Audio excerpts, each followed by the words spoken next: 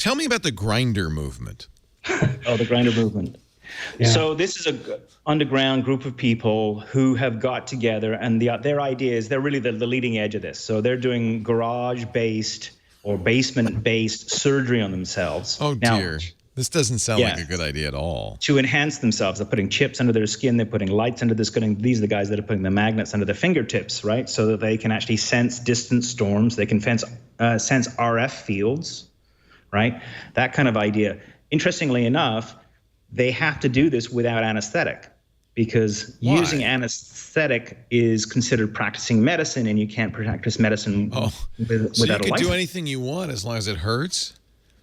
Well, yeah, you can't anesthetize yourself with any kind of medical intervention, right? There you go.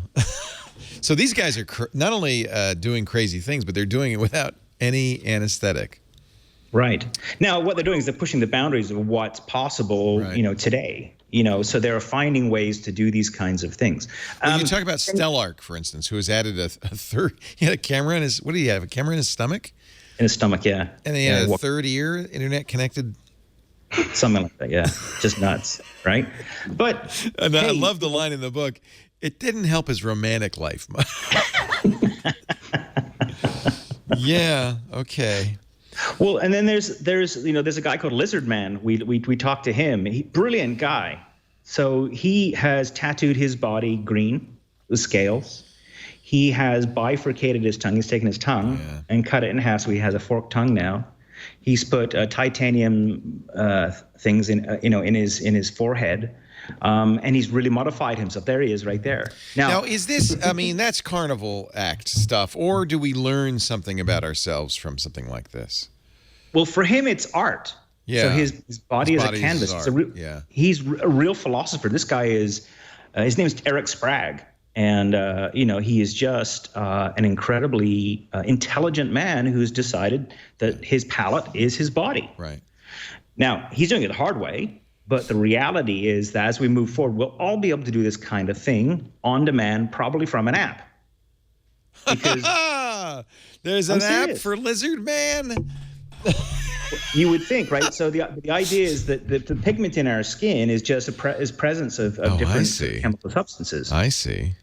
So if you can enhance, so I could have programmable skin color. Yeah. Yeah, and not just black, not just white, black, or brown, or whatever tinges, but any color you like. Right. That's kind of cool. I might do that. Well, yeah, why not? Right. I mean, if you want to do that, you can imagine, right, like a rainbow-colored face, or just. I mean, this is all going to be absolutely possible, in the next 10 to 15 years.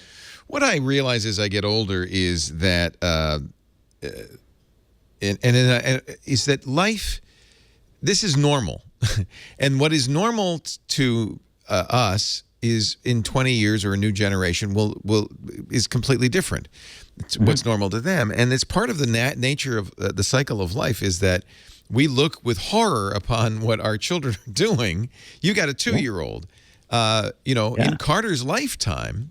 Absolutely. I mean, I don't know if it's going to happen in 2045 or later, but in Carter's lifetime, many of these technologies will be available. So your child is growing up in a world where it's going to be very different. And we as old men and old women will look at it and go, kids today with their green skin. In my day, you had one color and you stuck with it.